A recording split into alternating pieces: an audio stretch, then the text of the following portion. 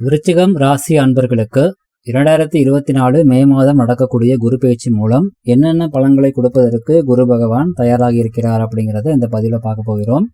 ஒரு குரு பயிற்சி மட்டுமே ஒட்டுமொத்த வாழ்க்கையை பார்த்தீங்கன்னா தீர்மானிக்காது, நல்லா புரிஞ்சுக்குவாங்க.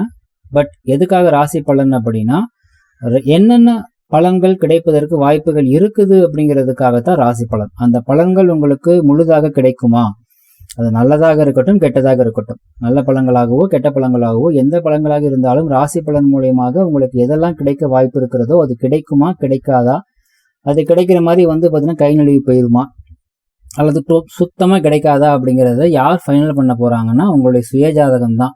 அதனால ராசி பலன்ல உங்களுடைய ராசிக்கு வேற யாராவது அள்ளி கொடுக்க போகுது, அதிர்ஷ்டம் கொடுக்க போகுது, அமோகமாக இருக்க போகுது, அற்புதமாக இருக்க போகுது, கோடீஸ்வரன் ஆக போறீங்க, ராஜயோகம், விபரீத ராஜயோகம், ஜாக்பாட் அடிக்க போகுது, இப்படி எல்லாம் கேட்டுக்கிட்டு அதே மாதிரி தான் நானும் சொல்லுவேன் அப்படின்னு சொல்லி எக்ஸ்பெக்ட் பண்ணி உட்கார்ந்தீங்கன்னா தயவு செஞ்சு ஸ்கிப் பண்ணிட்டு போயிருங்க.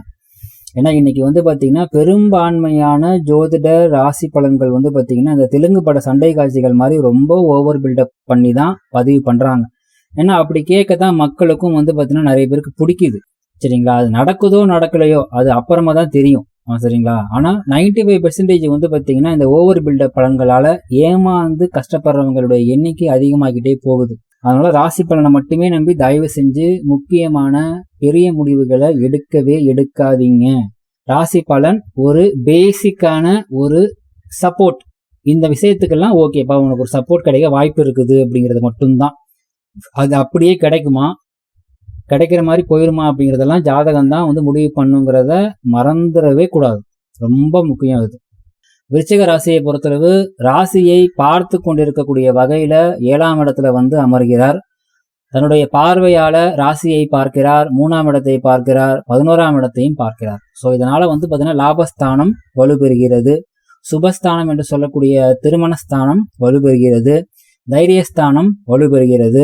ராசியை பார்ப்பதனால குரு பகவானின் பார்வை ராசிக்கு விழுவதனால மனோதைரியம் அதிகரிக்க போகுது. இதுல என்னென்ன நன்மைகள் கிடைப்பதற்குரிய வாய்ப்புகள்லாம் இருக்குதுன்னு பார்த்தோம்னா, திருமண காலம் ரொம்ப முக்கியமா. திருமண வாழ்வில் பார்த்தீங்கன்னா பிரச்சனை இருக்குன்னா அந்த பிரச்சனையை குறைக்கும். திருமணமே நடக்கலைங்க அப்படின்னா திருமணத்திற்கான வாய்ப்புகளை கொண்டு கொடுக்கும். திருமணம் ஆயிடுச்சு, பிரச்சனையும் ஆயிடுச்சு, பிரிவினையும் தந்துருச்சு, இன்னொரு திருமணம் பண்ணணும், அதுக்கும் சப்போர்ட் பண்ணும். ஸோ திருமணம் சார்ந்த எல்லா விஷயத்துக்குமே சப்போர்ட் இருக்கக்கூடிய ஒரு காலமாக இந்த குரு பயிற்சி உங்களுக்கு இருக்கும்.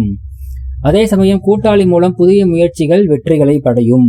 வாழ்க்கை துணை மூலமாக சேர்ந்து வேலை பார்க்கக்கூடிய நிலையில கணவனும் மனைவியும் சேர்ந்து ஒரே இடத்துல வேலை அல்லது ஒரே மாதிரியான வேலை அல்லது ஒரே மாதிரியான தொழில் பார்த்தீங்கன்னா சேர்ந்து செய்யும் பொழுது மிக நல்ல முன்னேற்றமான ஒரு காலத்தை இது கொடுக்கும்.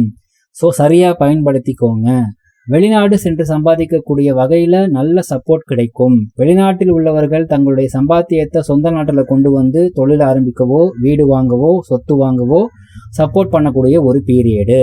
அதே சமயம் ராசியை பார்ப்பதனால உங்களுடைய மனோதைரியம் அதிகமாகும். புதிய முயற்சிகள் எல்லாத்துக்குமே நல்ல சப்போர்ட் கிடைக்கும். புதிய பாதை புலப்படும். பொருளாதார அளவில் மிகப்பெரிய முன்னேற்றம் இருக்கும். கடன்கள் குறையும். புதிய கடன்களும் சுப செலவுகளும் இருக்கக்கூடிய ஒரு அமைப்பும் அப்படிங்கிறது உண்டு. 3ஆம் இடத்தை பார்ப்பதனால மன தைரியம் அதிகரிக்கும். திருமண வாழ்வு பாதிப்படைந்தவர்களுக்கு இது சரி செய்து கொடுக்கும். பிரச்சனை இருக்குன்னா அந்த பிரச்சனையை சரி பண்ணும்.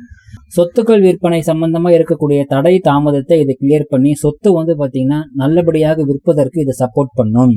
தாயாருக்கும் உடல்நலம் சார்ந்து பாதிப்பு ஏதேனும் இருந்துச்சு அப்படின்னா, மாமியாருக்கும் இந்த மாதிரி ஏதாவது பிரச்சனை இருந்துச்சுன்னா அந்த பிரச்சனையை இது கொஞ்சம் இன்க்ரீஸ் பண்ற மாதிரி கொடுத்து சரி பண்ணி கொடுத்துரும். இதெல்லாம் ரொம்ப பார்த்தீங்கன்னா பிளஸ்ஸான விஷயங்கள். அடுத்ததா பார்த்தீங்கன்னா 11ஆம் இடத்தை பார்ப்பது ரொம்ப ரொம்ப சிறப்பு. எதனால அப்படின்னா பார்த்தீங்கன்னா உங்களுக்கு பிடிச்ச விஷயங்கள் எல்லாமே பிடிச்சபடி அப்படியே கிடைக்கும். உங்களுடைய முயற்சிக்கு தகுந்த பலன் முழுமையாக பலமாக கிடைக்கும்.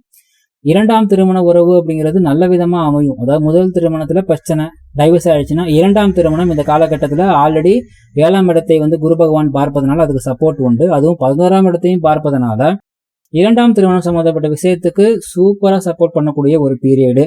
மூத்த சகோதரர் மூலம் நன்மைகள் உண்டு. புதிய ஆடைகள், அணிகலன்கள், தங்க நகைகள் எல்லாமே வாங்கி மகிழக்கூடிய அமைப்பு அப்படிங்கிறது உண்டு. எடுத்த காரியம் எண்ணியபடி நல்ல பலன்கள் தரக்கூடிய அமைப்பு அப்படிங்கிறது உண்டு. குடும்பத்தில் உள்ளவர்கள் எல்லோரும் உங்களுடைய நலனில் அக்கறை காட்டுவார்கள். மாமனார் மாமியார் உதவி உங்களுக்கு தொழிலுக்கு கிடைக்கும். ஸோ இது எல்லாமே எப்போ கிடைக்குங்க? பாசிட்டிவான தசாபுத்தி அமைப்புகள் உங்களுடைய ஜாதகத்தில் நடப்பில் இருந்தால்.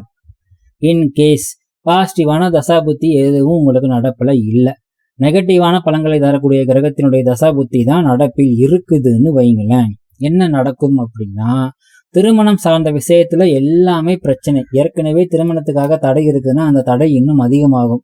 திருமணத்தினால அவமானத்துடன் திருமணம் நடக்கக்கூடிய நிலை அப்படிங்கிறது இருக்கும். திருமண வாழ்வில் பாத்தீங்கன்னா எதிர்பாராத விதத்துல பிரச்சனையை கொடுத்து பிரிவினை கொடுக்கும். தற்காலிகமா பிரிஞ்சிருக்கீங்க அப்படின்னா அந்த தற்காலிக பிரிவினையே நிரந்தர பிரிவினையாக மாற்றும். ஸோ திருமணம் சார்ந்து என்னெல்லாம் நெகட்டிவ் கொடுக்க முடியுமோ அதெல்லாம் ஸ்ட்ராங்கா கொடுக்கும். ரொம்ப முக்கியமா மறுமணத்துக்கான முயற்சிகள் பாத்தீங்கன்னா உங்களுக்கு சப்போர்ட் பண்ற மாதிரி கொடுத்து அந்த இரண்டாம் திருமணமும் மூன்றாம் திருமணமும் இரண்டாம் திருமணமும் எத்தனையாவது திருமணமாக இருந்தாலும் அந்த திருமண வாழ்வும் பிரச்சனைக்கு உண்டான வகையில பாத்தீங்கன்னா உங்களுக்கு அமையும். வாழ்க்கை துணை மூலமாக சேர்ந்து வேலை பார்க்கக்கூடிய தொழில் பார்க்கக்கூடிய நபர்களுக்கு பிரச்சனையை பெரிய லெவல்ல கொடுத்து அந்த பிரச்சனைக்கு காரணம் நீ தான் அப்படின்னு சொல்லிட்டு ஒருத்தருக்கு ஒருத்தர் குற்றம் சாட்டி கொண்டு அந்த குற்றத்தினால உங்களுக்குள்ள ஈகோ அந்த ஈகோவினால பிரச்சனை அதிகமாகி மீண்டும் தற்காலிகமான பிரிவினை நிரந்தர பிரிவினை நோக்கி அப்படியே ஸ்டெப் பை ஸ்டெப்பா ஒவ்வொன்றா கெடுதலை கொடுத்துக்கிட்டே இருக்கும். வெளிநாடு சென்று சம்பாதிக்கிறதுக்காக போறீங்க அப்படின்னா வெளிநாட்டுக்கு போவீங்க, ஆனால் வெளிநாட்டில் போய் சம்பாதிக்க முடியாது. வெளிநாட்டில் போய் உட்காந்துட்டு எனக்கு சம்பளம் கொடுக்கல, காசு கொடுக்கல, வேலையை மட்டும் வாங்கிட்டு இருக்காங்க, இல்லைன்னா எனக்கு வேலையே இன்னும் கொடுக்கல, இனிமேட்டு தான் வேலையை எனக்கு கொடுப்பாங்க போல, என்னால் ஊர் திரும்பவும் முடியல, எப்போ என்னால் ஊர் திரும்புறது அப்படின்னு சொல்லிட்டு வெளிநாட்டில் போய் உட்காந்து கஷ்டப்பட்டுக்கிட்டு காசும் வராமல் வேலையும் பார்க்காம சொந்த ஊருக்கும் போக முடியாமல் அப்படியே இக்கட்டான சூழலில் போய் மாட்டிக்குவீங்க. வெளிநாட்டில் ரொம்ப நாள் இருந்து நல்லா சம்பாதிச்ச காசு சொந்த ஊர் தேவையில்லாத விஷயங்களில் இன்வெஸ்ட்மெண்ட் பண்ணி, சரிங்களா, இதில் போட்டால் அதில் அப்படி காசு வந்துடும், அதில் பண்ணால் இப்படி காசு வந்துடும், ஸோ பார்த்தீங்கன்னா இந்த பட்ஜெட்டுக்குள்ளே வீடு கட்டணும் அப்படின்னு சொல்லி எல்லா பிளானுமே பார்த்தீங்கன்னா சொதப்பி உங்களை பிரச்சனைக்குள்ளே மாட்டி விட்டக்கூடிய அமைப்பு அப்படிங்கிறது இருக்குது. நெகட்டிவான தசாபுத்தி இருக்கக்கூடிய சமயத்தில் பார்த்தீங்கன்னா உங்களுடைய மனதை பார்த்தீங்கன்னா இது கலங்கடிக்க செய்துவிடும். அந்த மனதை பார்த்தீங்கன்னா என்ன பண்ணணும்னா ஓப்பனிங்கில் தைரியமாக இருக்கிற மாதிரி தைரியத்தை கொடுத்து வா வா வா வா அப்படின்னு சொல்லி கூட்டிகிட்டு கடைசி நேரத்தில் தள்ளி விட்டுரும். எப்போ நெகட்டிவான தசாபுத்தி கனெக்ட் ஆனிச்சு அப்படின்னா, சரிங்களா. ஸோ இந்த காலகட்டத்தில் சொத்துக்கள் விற்பனை அல்லது பார்த்தீங்கன்னா வேற ஏதேனும் நல்ல விஷயங்களுக்காக நீங்கள் காத்துக்கிட்டு இருக்கீங்க. இந்த ப்ராஜெக்ட் முடிஞ்சா அடுத்து எனக்கு நல்ல ஒரு சப்போர்ட் கிடைக்கும், இந்த சொத்து வித்துட்டா அடுத்து எனக்கு நல்ல சப்போர்ட் கிடைக்கும் அப்படிங்கிற எல்லாமே பார்த்தீங்கன்னா பிரச்சனைக்கூடிய வகையில தான் இருக்கும். அந்த விஷயங்கள் நல்லபடியாக முடியாது. தாயாருக்கோ மாமனாருக்கோ மாமியாருக்கோ உடல்நலம் பாதிக்கப்பட்டால் ரொம்ப கவனமா பார்த்துக்கோங்க. அந்த உயிர்கண்டமாக மாறுவதற்கு கூட வாய்ப்புகள் உண்டு. அடுத்ததாக பார்த்தீங்கன்னா ரொம்ப முக்கியமாக, அதாவது உங்களுக்கு பிடிச்ச விஷயங்கள் எல்லாமே உங்களுக்கு கிடைக்கும் பொழுது அந்த பிடிச்ச விஷயத்தை நீங்கள் சந்தோஷமாக அனுபவிக்க முடியாதபடி ஒரு பிரச்சனையிலையும் போய் மாட்டிக்குவீங்க. ஃபார் எக்ஸாம்பிள் சிம்பிளாக பார்த்தீங்கன்னா உங்களுக்கு பிடிச்ச உணவு கையில் கிடைக்குது, சாப்பிடலான்னு உட்காடுறீங்க.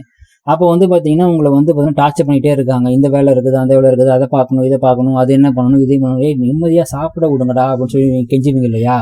அது மாதிரி உங்களுக்கு பிடிச்ச விஷயம் பக்கத்தில் கிடைச்சா கூட அந்த கிடைச்ச விஷயத்தை அனுபவிப்பதில் பிரச்சனையை கொடுக்கும். ஸோ இப்போ இது எல்லாமே பார்த்தீங்கன்னா உங்களுக்கு பாசிட்டிவான தசாபுத்தி இருந்தால் எப்படி கிடைக்கும், நெகட்டிவான தசாபுத்தி இருந்தால் எப்படி கிடைக்கும் அப்படிங்கிற ரெண்டையுமே சேர்த்து கொடுத்துருக்கேன். ஸோ இப்போ பார்த்தீங்கன்னா யாருக்கு சார் பாசிட்டிவ் கிடைக்கும்? கண்டிப்பாக உங்களுடைய ஜாதகத்தில் நல்ல தசாபுத்தி நடக்குதா, பதிவினுடைய ஆரம்பத்தில் சொல்லப்பட்ட எல்லா நல்ல பலன்களும் உங்களுக்கு கண்டிப்பாக கிடைப்பதற்குரிய வாய்ப்புகள் அதிகம். அவரவருடைய வயது அவரவருடைய பாலினம் பொறுத்து அந்த நல்ல பலன்களில் கொஞ்சம் முன்பின் மாற்றங்கள் இருக்குமே தவிர கண்டிப்பாக நல்ல பலன்கள் உண்டு. இதே கெட்ட தசாபுத்தி நடக்குதுன்னு வைங்க, முதல் பகுதியில் சொல்லப்பட்ட நன்மைகள் எதுவுமே உங்களுக்கு பார்த்தீங்கன்னா பேருக்கு கிடைக்கிற மாதிரி கிடைக்கும் அல்லது கிடைக்காம போய் நெகட்டிவாக மாறும். அது நெகட்டிவாக எந்த அளவுக்கு மாறும் அப்படிங்கிறது தான் செகண்ட் ஹாஃப்ல நான் உங்களுக்கு சொல்லியிருக்கேன்.